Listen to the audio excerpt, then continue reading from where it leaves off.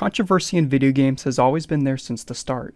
1976's Death Race shocked many for its depiction of vehicle manslaughter, and 1982's Custer's Revenge was one of the earliest forms of pornography within video games. But one series has always stood out from the others, and today, we're going to dive into the development of the original Mortal Kombat and how it changed gaming forever.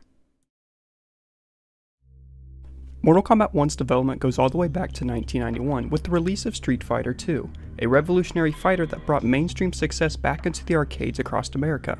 Midway, a Chicago-based company who found success in the arcades in the late 80s and early 90s, wanted to capitalize on the idea.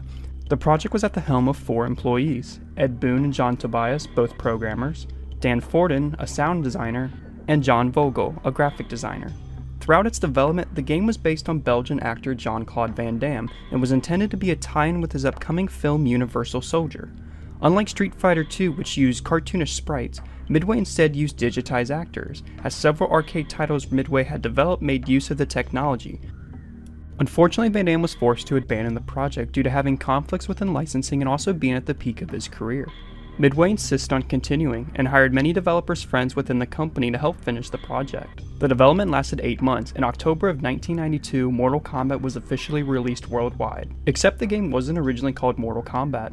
For 6 months, the team could not figure out a name for the title, and many names were considered, such as Kumite, Dragon Tack, Deathblow, and Fatality. The team chose Mortal Kombat after the word combat was written on a drawing board, but instead of it being with the letter C, somebody wrote over it with the letter K.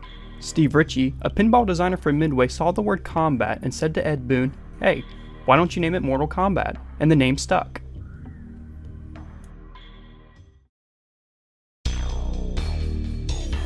The original Mortal Kombat offers 7 selectable fighters, with all of the fighters' backstory being played out through the game's attack mode and when completing the arcade ladder. The goal is to defeat Shang Tsung, an evil sorcerer who is ruling an island hosting a legendary martial arts tournament. He is being allied by the 4-armed Shogun Prince Goro, a half-man, half-dragon beast who serves as the protector and sub-boss. These fighters include Johnny Cage, a Hollywood action star who is actually based on the cancelled Van Damme project. Cage's design and some of his special moves, including his famous nut punch, are actually based on Van Damme's film Bloodsport. Sonya Blade is a Special Forces agent pursuing her nemesis Kano, a Black Dragon mercenary. Liu Kang, whose design is based on Bruce Lee, is a Shaolin monk and main protagonist who uses various fire-based moves. Raiden, who's a god of thunder and protector of Earthrealm. And 2 ninjas. Sub-Zero, a Lin Kuei ninja who is being hunted by the Hellfire Spectre Scorpion, who is seeking vengeance for the death of his clan and family. So what made this game so successful compared to Street Fighter? After all, this game does feature many similarities between the two, but they do have some key differences. Mortal Kombat introduces a 5-button control scheme: high punch, low punch, high kick, low kick, and a dedicated block button, which was unheard of for the time. Mortal Kombat 1 also lacks Street Fighter's combo system and instead incorporates a new feature, known as juggling, an idea where the player is unable to control their character until they land back up. Mortal Kombat is also the first fighting game to ever introduce a secret character, known as Reptile, a green ninja who is fought through completing a series of events, and randomly shows up before certain matches to give clues on how to find him. But what stood out could only be said by Mr. Ed Boon himself. I think if Mortal Kombat did not have any blood in it, it probably wouldn't have had the kind of success it did. Fatality. Mortal Kombat instantly became known for its intense use of blood and gore through its fatality system. By doing specific button commands, players have the option to finish off their opponent, an idea based on just wanting to rub it in their face. It spoke well with fans, but not by the media and skeptical parents. How do you feel about cutting his head off?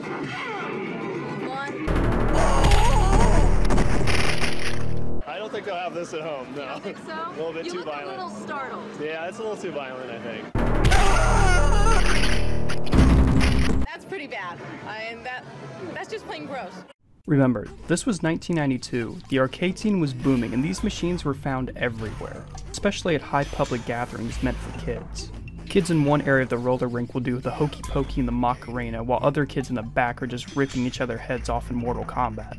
Despite the controversy, Mortal Kombat became an instant success, and like every successful arcade title in the 90s, it was bound to get an at-home release. Mortal Kombat!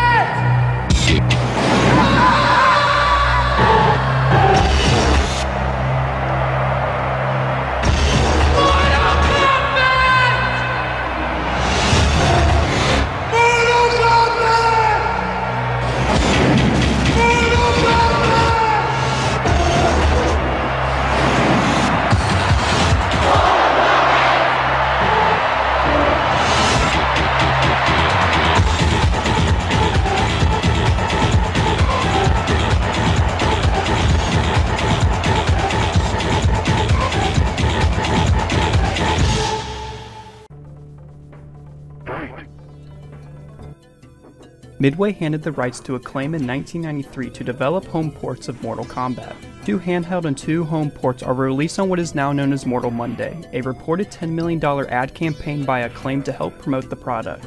Due to Nintendo's family-friendly policy, the Super Nintendo version is heavily censored, with blood being replaced by sweat and many of the fatalities being completely removed altogether. The Sega Genesis and Game Gear versions also shipped censored, but gamers quickly found out about a secret blood code. Once activated, it brought the game back to a more arcade-like feeling, with uncensored blood, gore, and of course the original fatalities. This code soon became one of the most controversial and infamous cheat codes of the 1990s.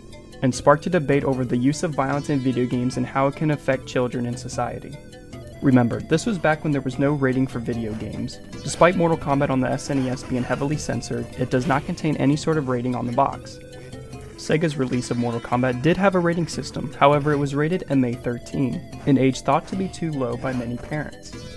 This all changed in 1993 and 1994, when a congressional meeting was held to discuss violence within video games and how it can have an impact upon children.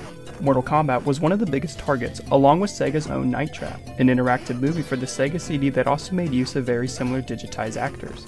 These actions resulted in the form of the Entertainment Software Ratings Board, or ESRB, to provide a rating system to be sold at retail, which is still used today in North America. Despite a decline in the late 90s and early 2000s, Mortal Kombat is still an iconic piece of pop culture. Its sequel, Mortal Kombat 2, was an even bigger success, improving on everything that made the series popular and added new characters, new finishing moves, and more blood.